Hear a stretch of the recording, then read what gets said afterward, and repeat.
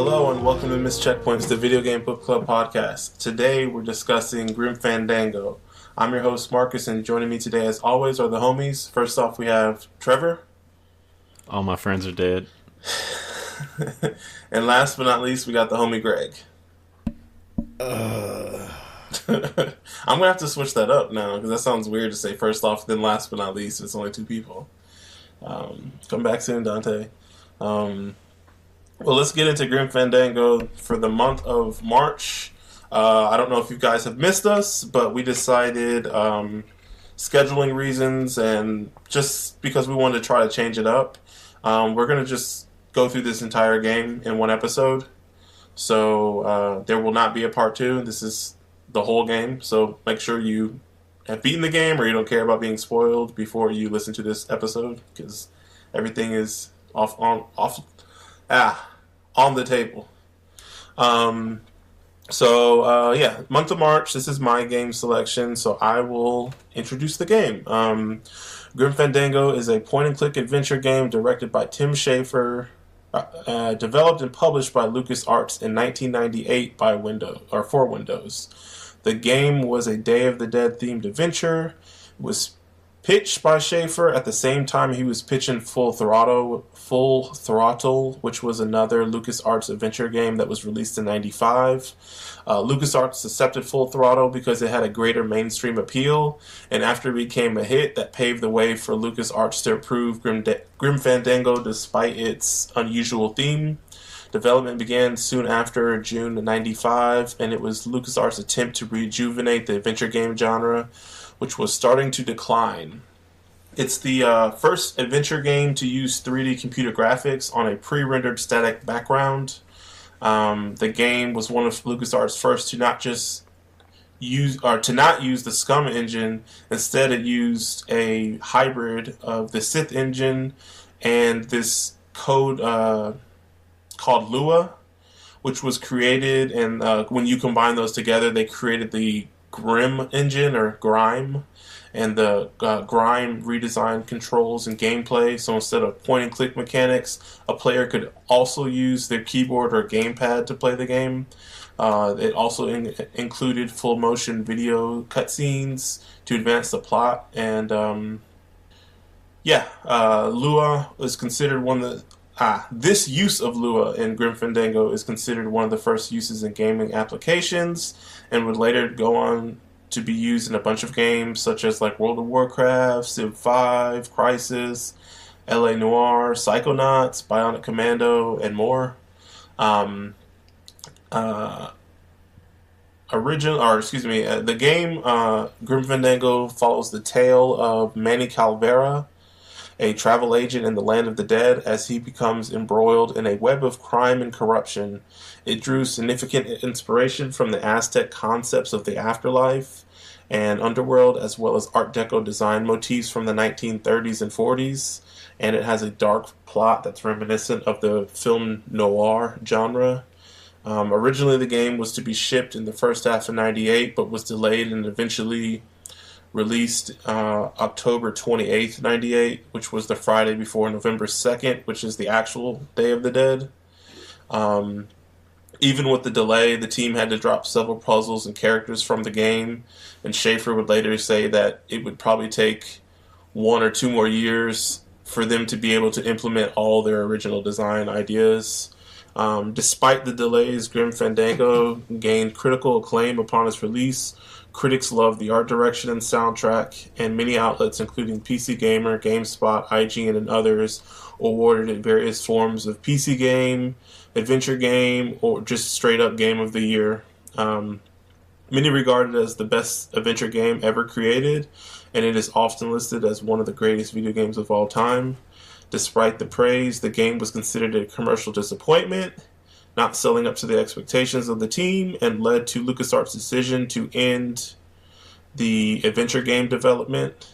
Key members broke off in 2000, including Schafer, which, as we mentioned last episode, went on to form Double Fine.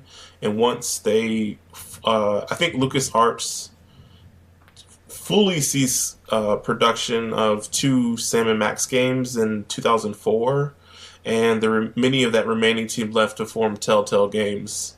So there's a little bit of what do you call it? DNA from LucasArts into some of the Is more. that how Telltale was formed? Yep. Wow. I had no idea. There's a lot of DNA in this game, dude. Like people that either worked on this game or like this game branches out into a lot of things. In 2014, with the help of Sony, Schafer's studio acquired Grim Fandango's license following Disney's acquisition and closure of LucasArts in 2013. On Cinco de Mayo of 2015, Double Fine released a remastered version of the game, which I'm assuming is the version that we all played. And it had improved graphics, controls, an orchestrated score, and an added director's commentary. And a Switch port was released on November 1st of 2018.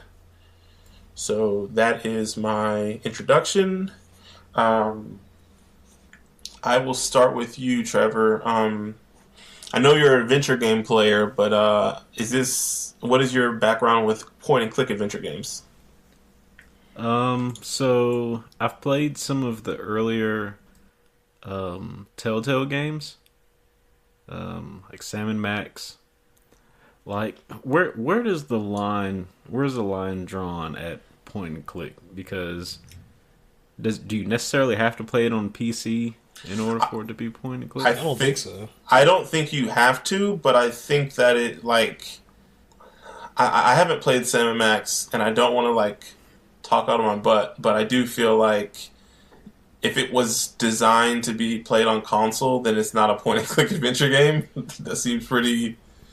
It's still adventure games, I guess, right? But just the well, so I have the definition of a or the Wikipedia definition is a point and click adventure games are those where the player typically controls a character through a point and click interface, and though there are additional control schemes that may be available.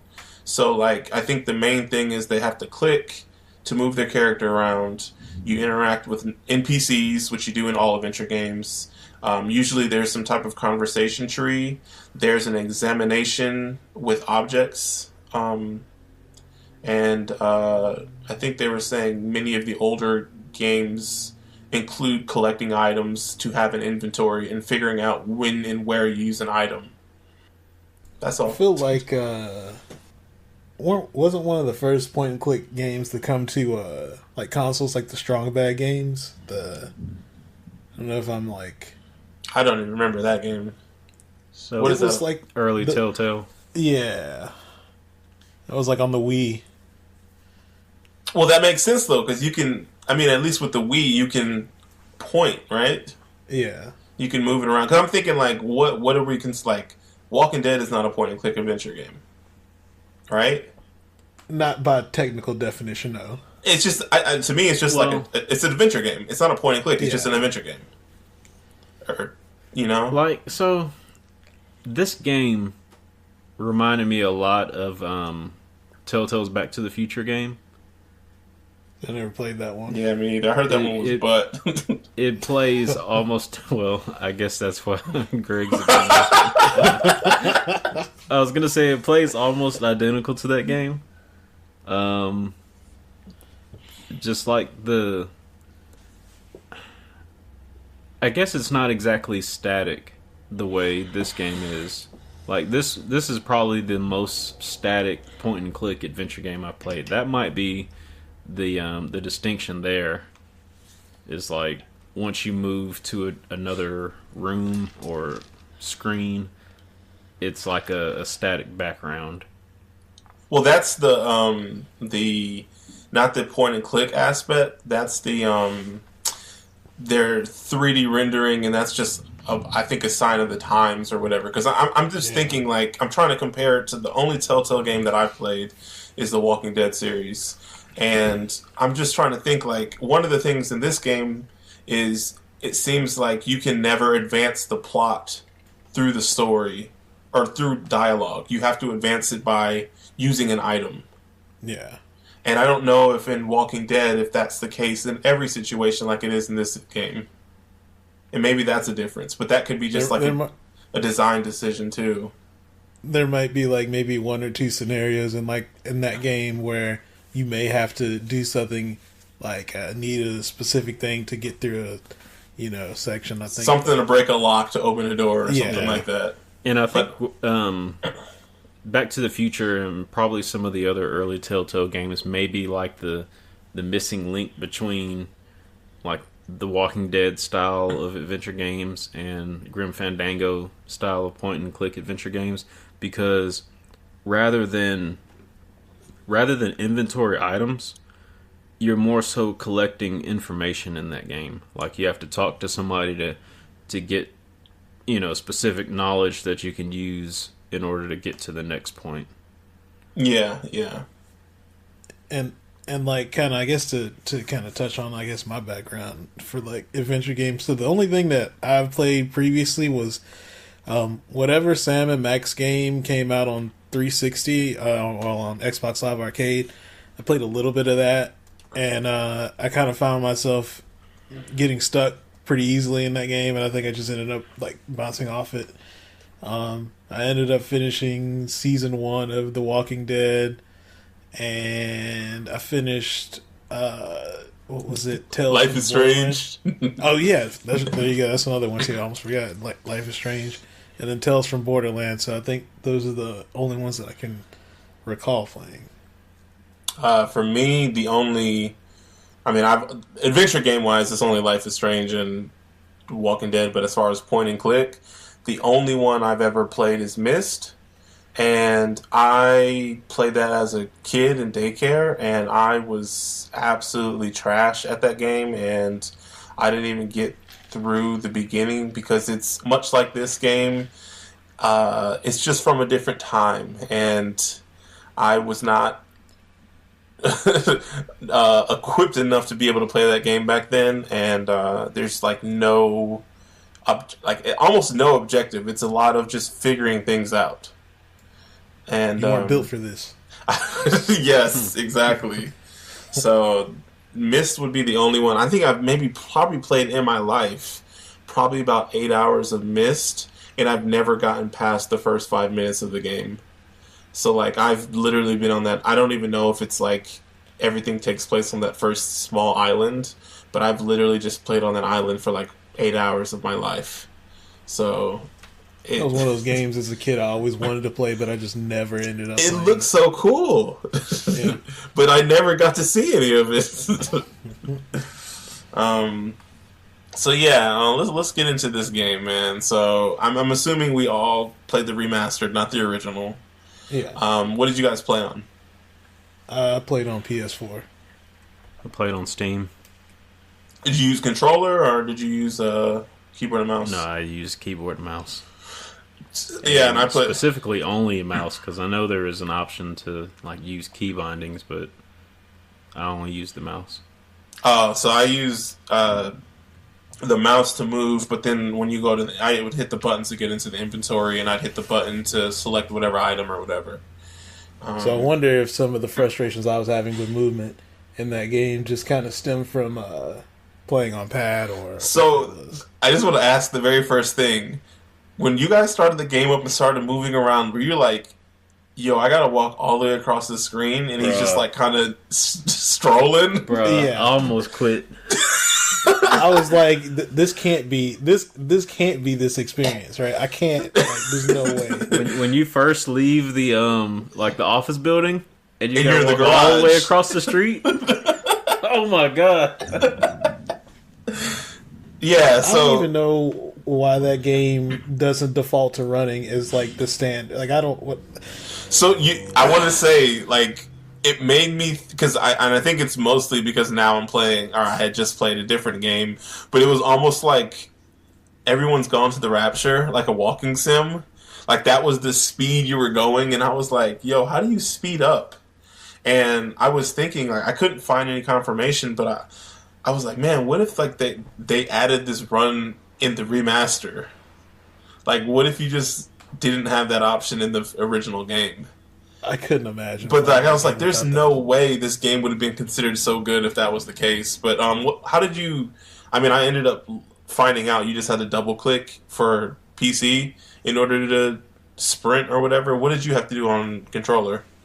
It's like R1 you have to hold in, but it doesn't make sense why. Again, I just don't get why it's not the standard to just have them run, because very few times in this game do I think you need the precision of just walking. Like, it just doesn't seem like it.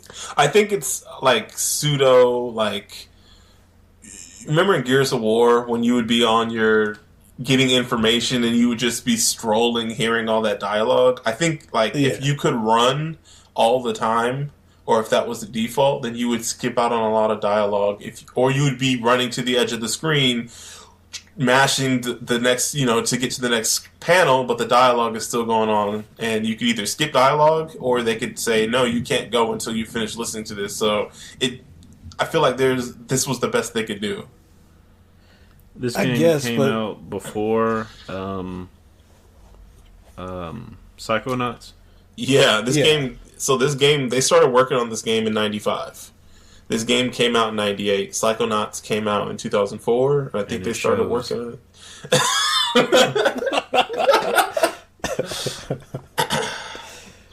So, I take it you guys don't like this game? Oh, I have a strong hate for this game. Strong hate? Hate? Yeah. So you know how you felt about Ninja Gaiden? Oh boy. Okay. That's kind of how I feel about this game. Keep that same energy. What about you, Trevor? How you feel? I don't think this game did enough for me. That's a nice way of putting it. Is this Trevor the diplomat? Like, I like adventure games, but stylistically, I thought there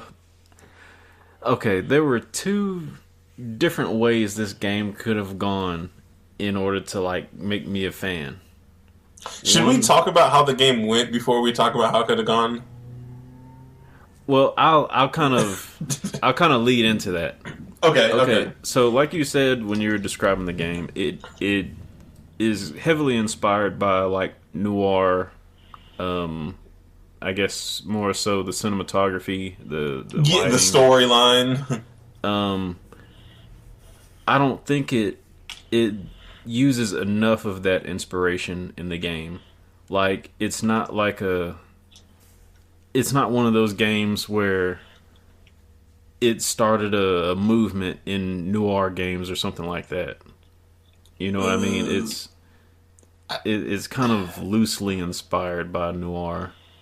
I mean, sure, but like that was just one of the three kind of design elements that they took, and I felt like they did a really good job of paying homage to all the different influences that they had. And I don't necessarily think that they had to inspire other games to go down that route in order to be successful. I think it just lost some of its cool factor by not attempting that.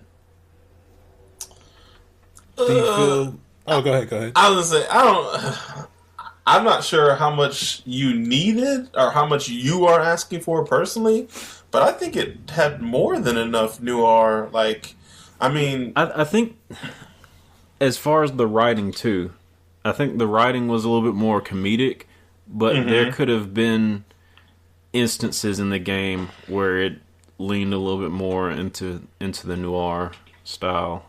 What specifically are you? Because like I can name. I actually I watched L.A. Confidential like maybe a night or two ago, which was a late '90s movie that was set in the L.A. in the '50s, cops and corruption and all this stuff, and there is a whole lot of parallels that I would draw, even though that film wasn't out when Grim Fandango came out. I think they said their influences were On the Waterfront, Casablanca, and The Maltese Falcon, which I have not seen any of those movies, but I know like at least Maltese Falcon and Casablanca are like considered like two of the top 100 greatest movies of all time, and I feel like they did a really good job in the noir style films that I've seen to kind of mimic what they do in there.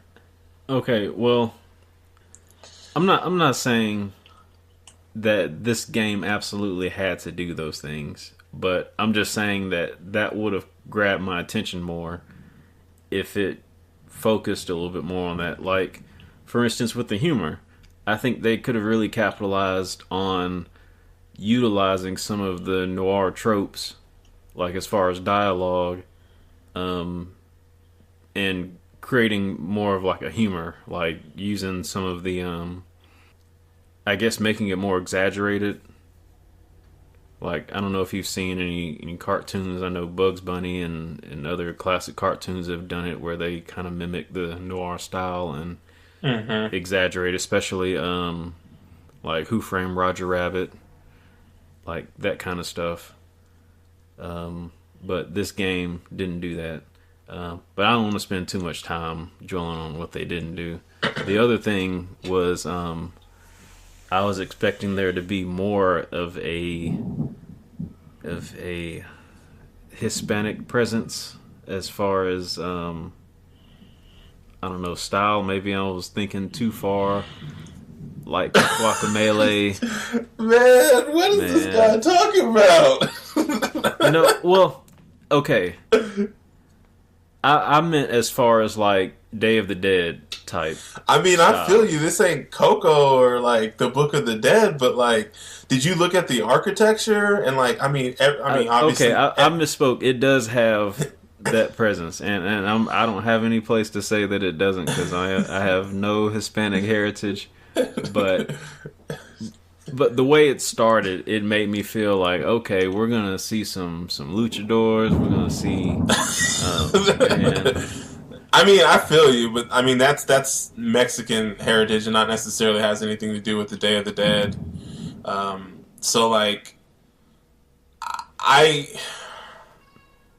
I disagree with both of your points, but I'm trying to figure out like I mean obviously we played the same game, I hope, but I mean Or did we? it was just I had expectations of how this game was gonna go, and it didn't and go we're in either like of those directions. were you comparing it to films and like media, like movies and stuff you Kind of. watch, or were you comparing it to other games? More so films and Do you think that's fair? Because like the Day of the Dead and the 1930s, 1940s, the Art Deco, that was like the design like elements that they took, and it was the story from film noir. So like I don't think seeing luchadors does anything for the noir style. You know? well, I'm saying those two things separate. Like I'm saying, Gotcha. okay, at one point I thought it was going to go in this direction, but then there was more humor, so I was like, okay, so it's going to go in this direction, but it didn't go in either of those directions. I gotcha. So for me, uh, I think the game does a great job of merging the styles together. There are plenty, like we said, the everybody in this game, for the most part, all the characters are the Kalaka figures, which are the types of skeleton figures you see around Day of the Dead time. Every single day, every single the game is divided up into years, and you play a year in the or excuse me, a day in the year, and each of the days that you play is the Day of the Dead. It's November 4th. Um, there's a lot of references to people crossing over, um, going over the world you're in is the it's called the Land of the Dead, which is considered the eighth underworld, and it's almost kind of like a limbo situation because everybody in the eighth underworld is trying to pass over into the ninth underworld, which is the land of the eternal rest, which you can be quote unquote fully at peace. And in order to get there, um, basically Manny is a travel agent, and if you were a good person in your actual life, then it is easier for you to get from the eighth underworld to the ninth underworld. And people that and because he's a travel agent, his job is to get people over to the ninth underworld. And so like the best deals are people like if they were really good, they get a golden ticket that they can ride this train that literally takes like 4 minutes. It's called the number 9, and it takes like 4 minutes to get from the gates from gate to gate. And other people he has like they have to be boxed up in a casket and be shipped there, and that could take years. Or some people do the trip on foot, and then there's even people that are like lost souls where they decided like, hey, like I'm not going to be able to, or I believe it's a myth that the ninth underworld is a myth. I've been in the eighth underworld so long that I don't even believe this is a thing, so I'm just going to make do and live here.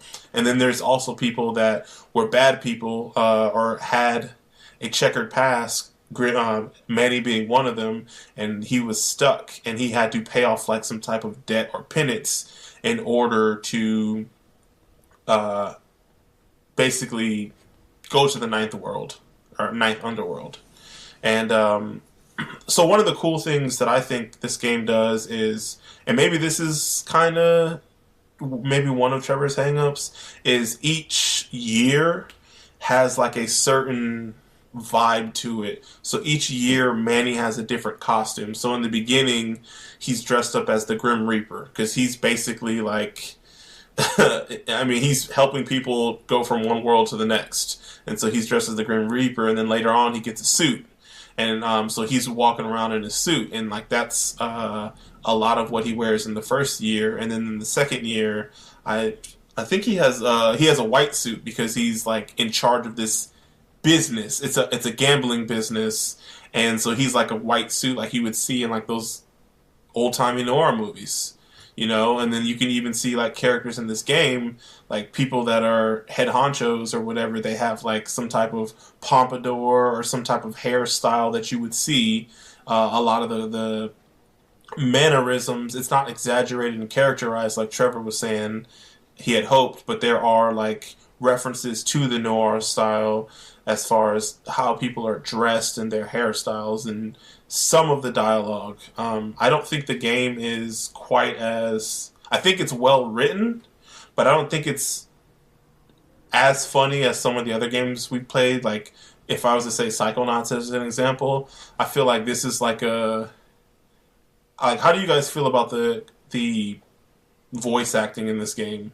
Because I feel like it was in between how we split Psychonauts up into two parts, where we kind of said like the first part was pretty childish, and for me the second part was kind of humorous. I kind of felt like this was right in the middle of that, where it wasn't too kiddie, it was a little bit more serious. There was some goofiness in it, but it was mostly due to certain characters and not necessarily overall vibe. Yeah, I think the tone was a lot more natural in the voice actors. Yeah. I think voice acting was fine. It was just, I guess for me, just the writing didn't hit. Like, it just didn't hit for me. And I can see that. Like, this game, unlike, like, Psychonauts, because that's the most recent game we played, in this game, you had to talk to people and interact with them, and some characters just weren't hidden for me, even, you know? Another thing, they used a ton of Hispanic voice actors in this game, and Hispanic Americans, and so a lot of people talked or spoke with an accent, and there was a lot of Spanglish thrown out in this game, and I thought that was really cool to like a kind of nod to the Mexican elements that they were trying to appeal to or whatever. So I really did like that. A lot of like the locations, the Rubacava, the El Morro, even like they're talking like not slang, but they're, you know, like throwing Spanish into their everyday or, you know, sentences and stuff like that. I thought that was really cool, and it doesn't, like, for me, it's not like what did they say or anything like that. It was just kind of like, oh, these people are just being their true authentic selves or whatever, you know. Like, even the names Chipito and Manny and who was another one? Carla, Carmen, Domino, Naranja, Salvador.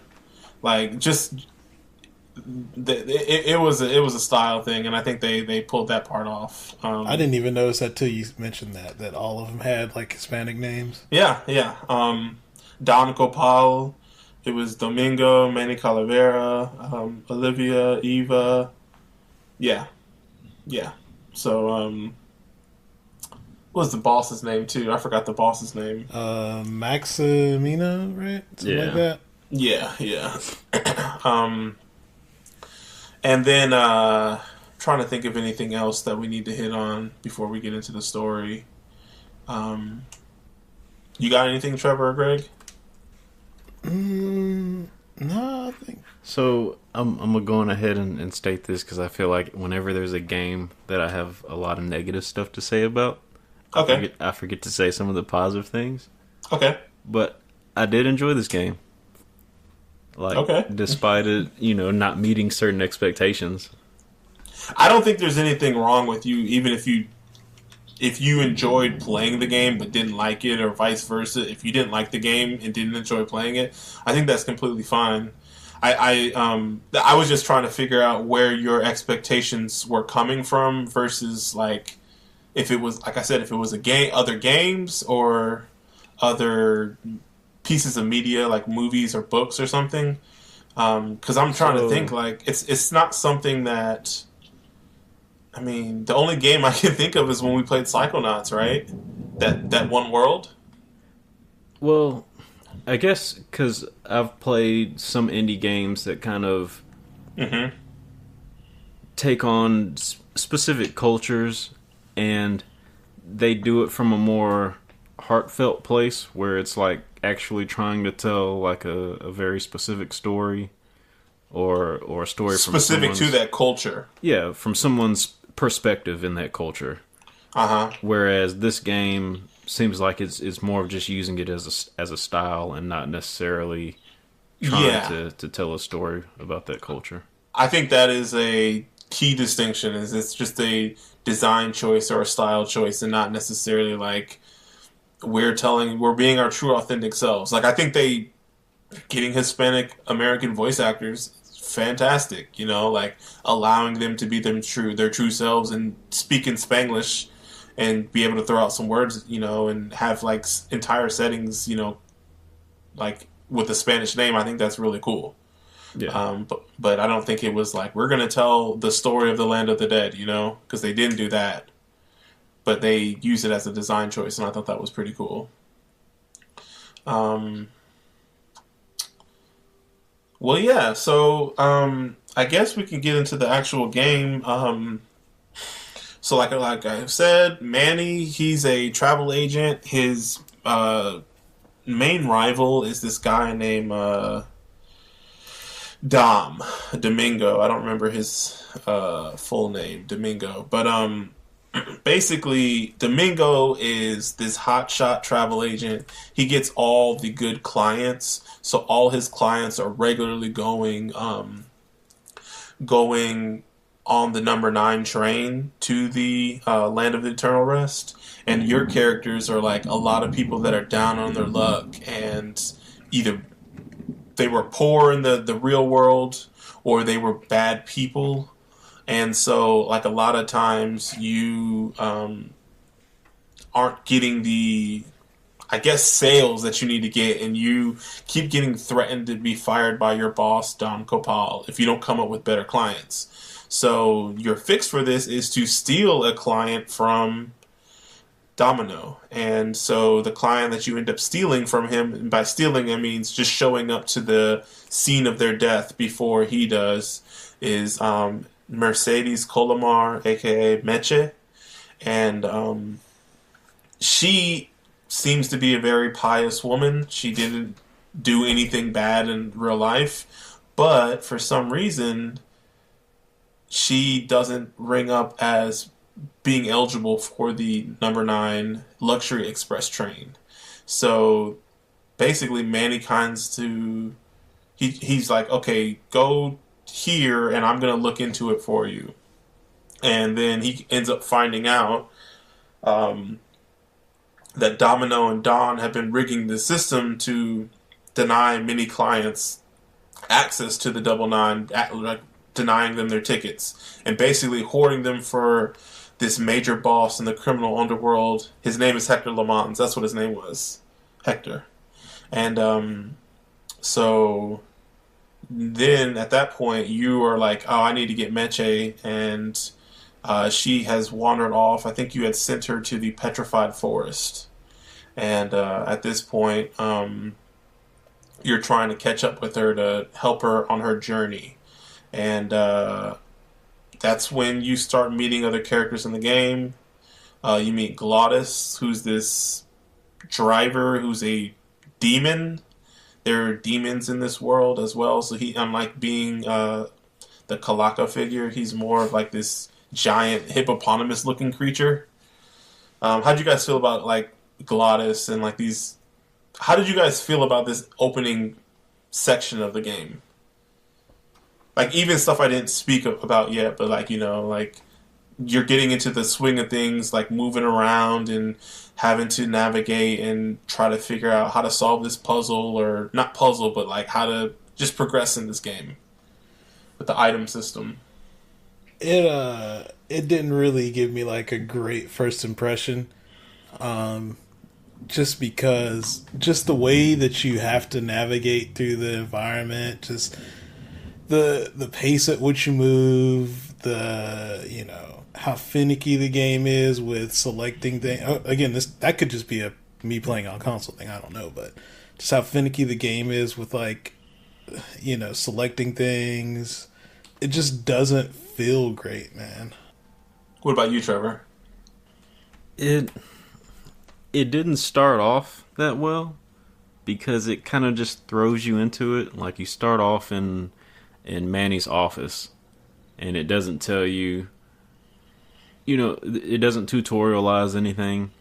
Yeah. It's just kind of like, okay, here you go. Move your mouse around until it changes to let you know that's something you can click on. See, that's the thing. You don't even get that on console. That sounds harsh. You just kind of just rub up against stuff and just press X and hope that you can interact with it, you know? Yeah, so I'm kind of echoing what Trevor said, but like, yeah, one of my biggest things that I had to come to terms with this game was I think the game looks gorgeous. Like these 3D characters on top of these kind of almost these static, like almost like painted like backgrounds look really cool, but it is really hard to see what you can and can't interact with. It was like I really wish Dante was able to play this game with us, because I remember some of his criticism of some of like Enslaved was it was like it's so obvious what you need to do and where you need to go. It's like the game is being played for you, and I feel like this is the exact opposite. And it'd be like, be careful what you wish for, because this is like what Trevor said. You're just, you know, moving your mouse all over the screen to kind of see what changes, and even then, like one of the things that I think it's a testament that maybe games have gotten easier over the past 25 or 21 years, but no, not even 21. Yeah, 21 years. But even still, like I do think that like something simple like there's no objective, you know? Mm-hmm. And like you don't, like if you were to leave the game and come back like, you know, a next day or later in the week. Like I did. And I did it too, where it just like, okay, where did I leave off, you know? And you don't have to like, you don't even like know, if you don't remember what you had to do, then you don't know what you need to do. Basically, it's as simple as that. Like, okay, I hop back in, what was I doing? And what do I need to do? The game doesn't even have an autosave. Like, that's just kind of asinine to me a little bit. Like, I didn't have any troubles with glitches, but me neither. But I've definitely heard of people having issues with the game crashing and they hadn't saved by a certain point. And that's a part of my same comment from earlier when I was asking if this game came out before Psychonauts. It did, because I ran into quite a few issues where I would get stuck. And Marcus, you found this hint website, you know, that kind of, you know, doesn't doesn't spoil anything, but kind of gives you hints Spurs that you along. the NPCs should be giving you. Mm-hmm. But even using that, there were some instances where you would have to interact with an object or a person standing at a specific angle. And I didn't find that out until like looking through the Steam community forums or some other site. So you were thinking that you were stuck, but in actuality, your character was in position. There were situations where I actually did get stuck. Okay. And situations where, like, some of the cutscenes, or one of the cutscenes, my game crashed on me. So I don't know if that was the game or just my computer, but yeah, there were definitely some bugs in this game. And is there a quick save button on PC when you play? I mean, I know. I just escape and then just save. And then save? Yeah, depends on how quick you can I was click it. thinking maybe that was why it wasn't in there, or like why they don't have autosave. Oh, I have no idea if there's like a key bound to quick saving. Yeah. I don't know that. I just found it kind of annoying to have to pause and save. And granted, this is like, I mean, this is like a stupid kind of. I mean, they're all things that add up, you know, to the point of like, I just. Minor inconveniences. I mean, sure. Like, I guess I don't think that's. It's not a detriment to the game. I think that's a knock against the remaster and not to Grim Fandango. Yeah. Because hey, if they didn't, the remaster didn't include that, but it makes sense to me why the original game didn't have that in. So it also makes sense to me in a sense, like, oh yeah, they could have modernized that thing, but also too, it could have been like, oh, we're keeping it true to the original. This isn't like, it isn't a long game if you know what you're doing, you know. Yeah. But I don't know. Like, I think I would prefer to have a objective over, or, you know, what's your objective over a quick save. If I had to choose, obviously both would be better, but like I feel like that is a minor inconvenience in the grand scheme of things, because it's not like you have to go to like a diary or a typewriter in order to save. You can save at any point. Yeah. And I guess that's kind of the thing, now that you're saying that, is just kind of, I think they were focused on just recreating that experience and bringing it to like a new generation of people than like trying to refine it, you know? Yeah. Because I mean, if you I imagine it looks slightly better, but I found out like literally within the last 2 hours of us playing, at least on the PC, if you hit delete on your keyboard while you're playing, you can switch between the remastered version and the original version, and literally at least on year 4, none of the backgrounds changed.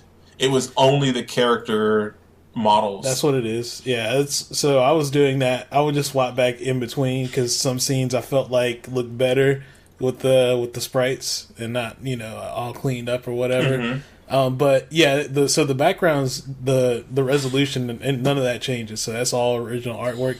The only thing that changes is lighting and the character model. The lighting got so much better, dude. So much better. Like there was scenes where, like, when I was dressed up as the Grim Reaper, you know, with the black hood on and everything, holding the scythe, and you literally couldn't even tell, like it just looked like there was a shadow where my face was supposed to be. And then I switch it over to the remastered, and you can see that it's a skeleton head and everything. And it's like a way some of the more exaggerated characters, like Hector. Dang, what did I just say his name was? Hector Le Mans, and the way Glottis look, they look so much more blocky and weird looking in the old version compared to the remastered. So they definitely cleaned some of that up, and it shames me because I wasn't paying attention to the music the way I should have. So I would be interested to know, because apparently they had a orchestra do the music for the remastered version. So I'd be interested to know how the original sounded in comparison. But there's not really like a super standout track for me in this game. Mm-hmm. Yeah, I'd have to agree. I had a single song that I wrote down, so, and I can't even think of it on the top of my head right now. So, yeah. Okay, so I guess basically that first year is, you're sending Meche on her way, and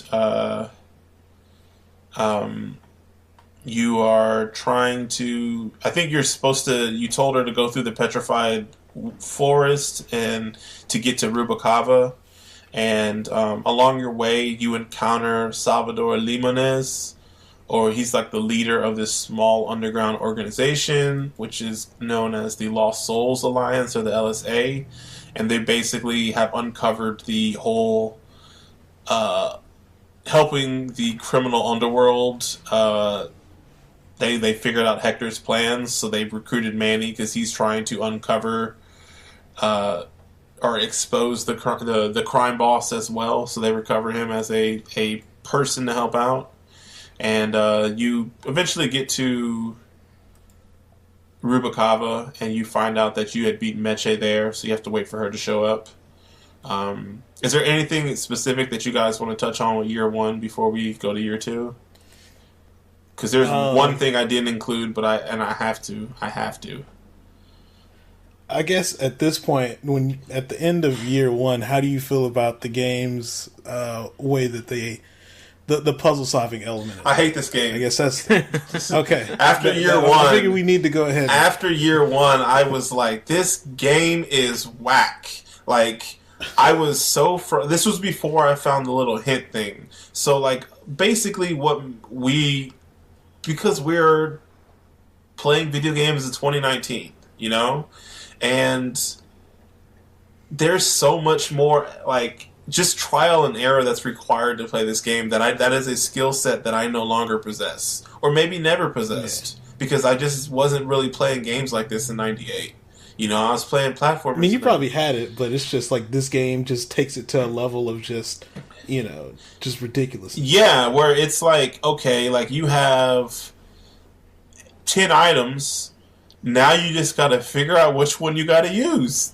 And I think that was more so specific to the first year. I noticed after year one, it didn't throw so many items at you, and the puzzles were a little bit more believable. It still didn't make sense, but I mean, well, he's saying it's the hardest in year one. Is what he's saying. You're like you're immersing yourself in this world and in this mindset of playing this game. Kind of like, why would I do that with these items? I think one of the parts where I was starting to get just upset was the needing to find the balloons to put the chemicals in, and it's just like, why would I be going out there to? It didn't make sense. Like it just, and even so. Okay, so the part where you have to break the messaging system or whatever, I forget what it's called basically. But so that part where you go through all the trouble, I think. Yeah. So you go through all the trouble of breaking it to get this guy to fix it, and then you're like, okay, he's gonna, I'm gonna walk out, and then I'll end up walking back in somehow, and then it's like, oh, I did all this, and for some reason, I didn't mess with the lock to keep the door from closing, so now I got to go do this all over again. Oh wow! It was just kind of like, I was just like, what? Why? Why would I know to look at the... I mean, I don't know. It's just not a thing that seems very intuitive, right? You think the thing is like, okay, well, obviously, I did this. That's all I got to do. And then I can, look at this thing. Look at the message I need. I think the fun in it, and I'm using air quotes for fun, is like, I figured it out. I solved the puzzle. and okay, cool, and then they're pulling the blanket over your head by saying like, oh, you solved the puzzle, and then you're like, okay, what do I do next? And then you find out, oh, there's something else that I need to do, and I think the fun in it is to try to figure out, okay, what's that other thing I need to do in order to fully advance to the next spot, you know? And I agree. Like, I didn't have that issue because I think at this point I was full on using a guide. Like, I hadn't found the hint site, so I felt like a piece of trash because this is like I was using a guide, and the guide wasn't even that well. Like, it didn't explain things, so it was just like pick up, get the balloon, or like get the. And it's like, where even is that at? Like, where do I need to go to do that? So it wasn't like it was like spelling it out, like what you need to do. But it was like, okay, at least have the correct order of operations. I just have to figure out, where this item is, and all that stuff. But the part for me that was super frustrating was the actual puzzle where you had to break that machine in the forest. With basically anything in the forest, I just hated. That was pretty. Like you basically have a wheelbarrow with 4 hoses or 5 hoses that are shooting to this machine, and in your homie Glottis is this heavy, like behemoth, demon character, and he's hanging on the edge of he's hanging on the machine because you're trying to loosen it to. I think he's trying to fix his ride. He's like a mechanic, and he likes to pimp his ride and make it better. And so, like, he wanted to get this part for his machine, so you had to part for his car, so you had to break the machine. And that puzzle was so frustrating. I had to look up a video on how to do it, and even when I looked up the video, I still didn't understand. Like, I couldn't figure it out still. It was so stupid. This game was made for people who bought like one game every 4 months or something like that. That was. I can't imagine beating this game in, what was it, 11 hours? Like how old was I? Like 13-year-old me would have taken like all summer to figure out this game. I was 8. 8 happening. And I think that specific part of the game and a few other points are very typical of like a PC game from this era. Sure, yeah. Where it's like we're saying, it's completely just mess around with it till you figure it out. There's not even necessarily like you don't even understand the device you're working on, Mm-hmm. And like it because this game. I mean, I think one of the things too. I didn't even know what those things were. Those hoses. I didn't know those were hoses. I didn't even know what you were doing. Yeah, I thought they were at tracks. the time. Because exactly. Because I was like the way games look now it doesn't look like that. So it was just kind of like, okay, which of these tracks do I need to? Because I was thinking I was blocking like electricity from flowing into this machine, and I thought that's what was happening. And the other part of it too is there's no lead up to some of the more difficult, or not necessarily difficult, but puzzles that aren't as obvious as others. Like, there's no lead up to it. Like, there's nothing that you need to learn in order to progress to the next one and use what you learned in the previous one in order to pass. If I'm not mistaken either, like, I think the cool thing is each puzzle is fully unique to itself. Yeah. And if I'm not mistaken, you don't even, like, need to have, like, a specific item in order to pass the puzzles. Right? Some you do. Well, the only one I can think of is, the only one I can think of is like later on in the game, and it's you need the scythe. Yeah. Which is like you always have that on you, so it's not like, oh, I didn't find this one item in year 3 from this lady. Oh, you mean like between years or like years or? Well, I'm saying like. Obviously, you need to have the item to get to the point, but you don't need to like use an item to complete a puzzle. Like use it. Okay. If that's probably doesn't make any sense, but it's not like once you get to the puzzle, you can pass the puzzle. It's not like you can't solve the puzzle. You can always solve the puzzle when you get to it. It's not like, oh, you need this thing in order to advance. And that's one Oh, thing I read about the game too is there aren't any points in it where you can get stuck. Like anytime you get to a point in the game, it's like you said, a passable point. Well, And- what they mean is like you can't get past the point without an item. Right. That you Okay. need. Gotcha. And I I was think like, they you can said definitely get stuck. yeah, I think they said that was an issue in the original game, like at some points, but they fixed it in the remaster. Interesting.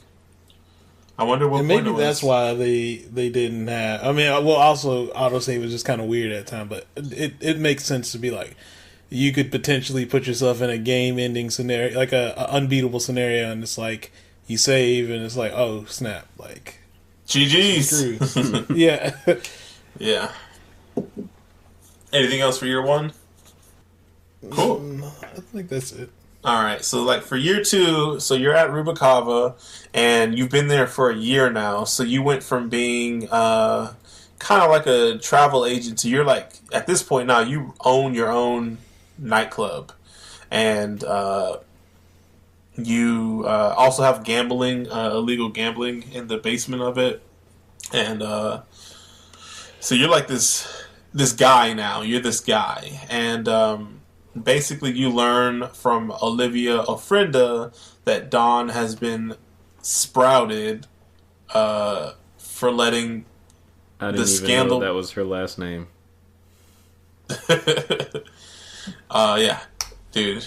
And I'm telling you, man, this game, like, I don't know, man. I like everything around it. How about that? Yeah, so Dawn has been sprouted for letting the scandal be known, and that Meche was recently seen with Domino leaving the port. So at this point, you're like, well, shoot, I need to get on a boat and follow them, and you end up getting stopped by, I don't remember the guy's name, but he's a ship captain, and he's like, oh, whoa, you can't hop on this boat until this happens, and this happens, this happens. So then that kind of forces you to basically walk around Rubikava and just get to know the people and try to complete these tasks that he's given you. And I think this is the first and only time that you kind of have like clear objectives. Your objective is to, I think you need to have the bee. You need to have the bees give Glottis his tools, and you need to figure out what the deal is with the. I forgot the guy's name. The skeleton or the guy that's getting tattooed. That's supposed to be on his. Naranja? Yeah, Naranja. And yeah, so like you whenever you go back to this guy, he's always saying he basically tells you what your objectives are. And I think that's the only time in the game where you have like clear objectives. So if you were to leave and come back, you would know what's going on. But to me, this is the most noir heavy chapter, or probably if not the most, the second most noir heavy chapter in the game. Because I mean, it has the costume. It has the. I mean, I feel like this is the most iconic iteration of Grim nightclub. Fandango. Well, I was gonna say just him in the white suit. Yeah. Like anytime I've ever seen a picture of Grim Fandango, I think this is the one they use on the cover as well. It's him in this white suit. But yeah, they have the nightclub. They have the gambling. The instead of dog racing or horse races, it's cat racing. There's a lot of drinking and corruption. It even has like hints of like quote unquote communism with the way the worker bees are being held back. There's some other. I mean, they have like a freaking like boss dude like with a blimp, and he's like running rackets. There's like a bar slash nightclub that has like it seems like a meeting ground for other communist members. They have like poetry readings in there. There's the lawyer who's like there's like affairs going on because like the lawyer that works for the boss is seeing the boss's girlfriend on the side, and just there's a whole lot going on here, and like it just this is the noir and for me, and I was like beyond this, like what else were you looking for, Trevor? No, this level is I think a good example. Okay, It was cool. it was more so the rest of the game because usually noir is like has darker lighting, uses a lot of very exaggerated camera angles, shadows, and this level, of course, being at night, um, kind of does all those things. Hits all those points. Yeah, Yeah. definitely. How did you guys overall feel about this year in Rubikava? Because I think this is the longest year in the game as well. So you're here for a while. So a pretty big area too. Yes, very expansive. Like I know I got lost. There were a couple of times where one person would tell me to go see so and so, and I just wouldn't remember how to get to them Hmm. because it's just like you get to that one part where there's like a circle, um, and then you have like four branches of road, coming out from it. Gotcha. I don't know. Did it feel good? Like for me, it felt good because to me, I was like, this is a really big area. Like once you got the lay of the land down, and if you were like sent somewhere, you knew how to get there. Did that feel good to you? Because it definitely felt good for me. Eventually, yeah. I think it was a little frustrating trying to get an idea of where to go. I mean, once you did, you kind of figured out, okay, well, I remember this is how I got to get to where I got to get to. But yeah, at first it was probably a little annoying. Hmm. The what's the guy's name? This chapter, since there was so many people you met and so many personalities. I feel like this was a good like piece of the game, and this is really when I start like this is my favorite chapter, or I guess you could say section of the game. And I was like really, really like once I got the lay of the land down, I was really into this game because I felt like the dialogue got a lot better. There was a bunch of quotes that I wrote down, or just things that I thought was really good. Um, the characters got a lot more interesting. There was some like dirty like remember the police lady that you were trying to get the metal detector from?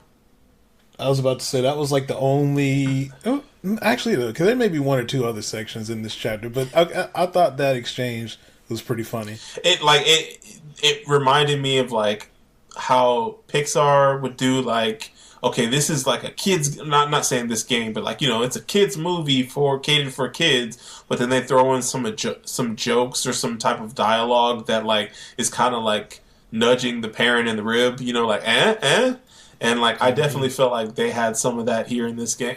Excuse me, in this year of the game, this section of the game. Um, Trying to think of there was a lot of like running around and like getting items and making incremental advancements in the story where kind of like what you were saying before, Greg, where it'd be like, oh, like I had to, fill this balloon with this thing and blow up this thing, but I forgot to lock the door. And I felt like this chapter did a better job of separating it. So like it was like a three-step process to get Glottis to get to the boat, and Hmm. you wouldn't have to do all three at the same time. You had to do one part, then you had to address some other things, then you had to come back and do the second part, address some other things, and come back and do the third part. So I really liked how they broke up, so you could like mainline and just I'm gonna do all of Glottis's things now, and then I'm gonna do all the worker bee stuff now. You had to go back and forth, and it like kind of deal with the people, and I feel like it did a really good job of immersing you in this world and forcing you to get a lay of the land. Yeah, I feel like you didn't. There, it didn't feel like it. Maybe it was like this in the first part, but I just don't remember in the first year. But I can't really recall that much. But I want to say that like in year two, it didn't feel like you had to do things in a particular way, right? You didn't have to do this part first. You could do this. You could go try and get Glottis into the VIP lounge. Yeah, you Like, could go about it how you wanted to. yeah, it's kind of open ended, I guess, to an extent. And I thought the environments and just like the characters were really interesting as well. Like I said before, I don't know. I really, really, really dug this chapter, and I was kind of like before we had decided we were going to do this all in one part. Like I went into this chapter and I was like kind of feeling a little bit down because I didn't really care for the first chapter. When I finished this part, I was like, man, like if we record an episode right now, I'd be really hopeful going into the second half of this game.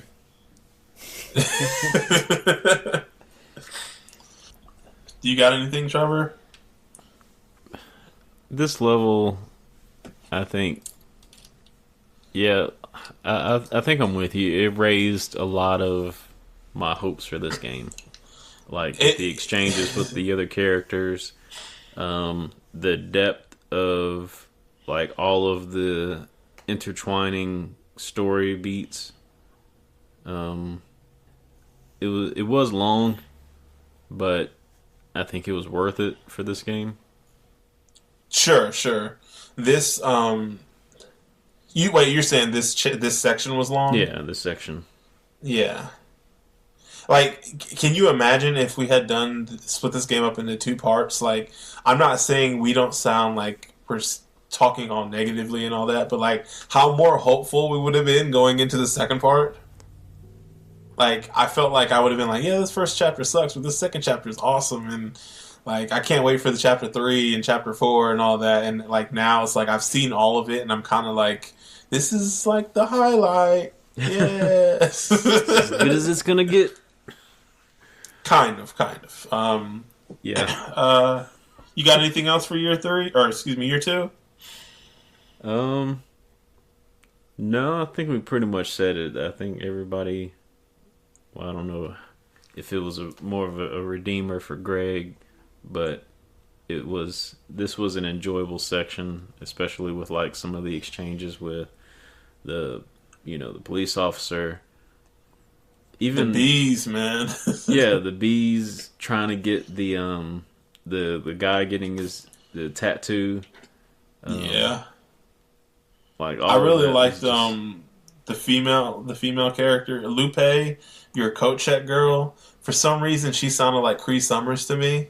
And I literally went into the casting to see, and it wasn't her, but she sounded so much like her to me. Man, there's another familiar voice, like later on. I think it's in year 3. And then I really like that girl, Carla, the one that's the security guard. That's like, I have to strip search you, that chick. Yeah. She was funny. And then I really liked Olivia, the poet lady, because at one point she calls you a chump. And she's like one of the girls that's kind of like she's going with the boss and also some other people. So she was really interesting. Obviously, this is when you get the VIP, the very inebriated pianist, Glottis.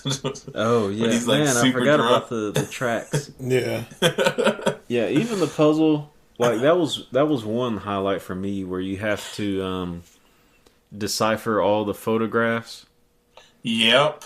That whole line there was like the highlight of this game for me. Okay. What about you, Greg? We were going to go on this year 2, but did you have anything else you need to say, or how did you feel about it overall? Was this the highlight for you, or low light, or? I mean, I started warming up to the game a little bit at this point, but it's still like anytime I did start warming up, I was just kind of brought back to something that just bugged me, like, kind of. And these, again, small gripes that just add up to things. Just how much backtracking you end up having to do. Eventually, it starts to get annoying. There's times where you might accidentally. Well, again, I'm playing on PS4, so some of this might just be that. Like, you'll try to go into a specific area, or you might accidentally go down something. Now you trigger this animation that takes 10 to 15, not 10 to 15 seconds, maybe like 5 or 10 seconds, but whatever. It's annoying to have to go back and do it again because you accidentally went to the wrong thing. Like stuff like that was just kind of rearing its head.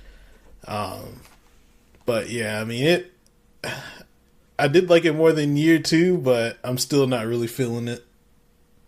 Or not year 2, year 1, but Okay. Oh, and the only other thing that stood out was I think this was the first chapter that you see what sprouting looks like, because that girl gets sprouted, and it sucks, but it's like the coolest like looking death. Like you get shot with this like I think in the way they do it in the game, it's like almost like a dart gun, a handheld dart gun, like a pistol, and these are all skeletons, and they just turn into like they get flowers and just other plants that just sprout out of them, and then that's how they die. And I don't know, it looks really, really cool. Yeah, I thought that was a pretty cool concept to add in this game. Kind of deepens the lore. So year 3. So at this point, you are going at the end of year 2. You get all the things, the prerequisite things for the captain, and so you are able to hop on the boat with Glottis and chase after Dawn and Meche. And about halfway, I guess the beginning of year 3, you're about halfway there or just really close, and you get boarded by these patrol people, and it ends up being like people that work for Hector LeMond, and they're going to sprout you guys, and so you lock yourselves up into this part of the boat, and you end up like ripping the boat in half with like this. Did you like that? It was like a puzzle that you used anchors, like putting and raising and lowering anchors to kind of use the anchors to rip your boat in half, so then you had the engine side so you could speed off. What'd you guys think about that puzzle? it was pretty cool. Like, kind of defies how that would work, but it was cool though. I liked it. You can't do that on a boat? Pretty sure it won't work like that. I think this part, this year 3, is where the puzzles got a lot easier. Yeah. Like, there were a lot of points where I wasn't even using the hint site. Yeah, I think so. Yeah, I'd have to agree to that. Yeah. And I think this was the first year where you had multiple locations or multiple environments. So like in the first game, you're in your little section of El Morro, I want to say. And then in year 2, you're just in Rubik. I take that back. In year 1, you're in El Morro and the Petrified Forest. Year 2, you're in Rubicava exclusively, and then in this year, you're first on the boat. You do that section, and then your boat sinks and you're underwater, and now you're in this. You meet this character, who's the worst character in the game, Chipito. I hate that character. The dude with the light on his head. They spent so much time like building into that character, and he was the worst. He didn't do anything. I wasn't bothered by him, but what? It was the song. He was a little annoying, but like not. He did like 4 verses. I think they put way too much into that character for him to just not do anything.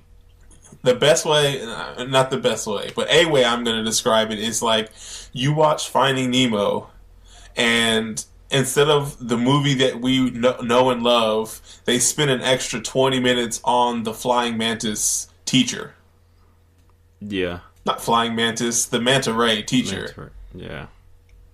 And, or like it's just like, why are we focusing on this character that has nothing? Like I just like, he's this old guy that, so like his background is, I think I'm pretty sure he's a skeleton in a suit, like a underwater, like, you know, those old submariner like BioShock style suits, and he has this light on the end of the helmet that he uses to see underneath the water, because you're deep underwater. There's all these creatures, and his plan was to walk to the ninth underworld, and so he decided he's gonna walk. And he didn't have a boat. It's okay. He's just gonna walk across the ocean, and so he's been at it for a long ass time walking, because he's walking across the bottom of the ocean, and you find out, the player, that he's been walking in circles for the longest time, and he doesn't know that, but he's like oblivious and doesn't care.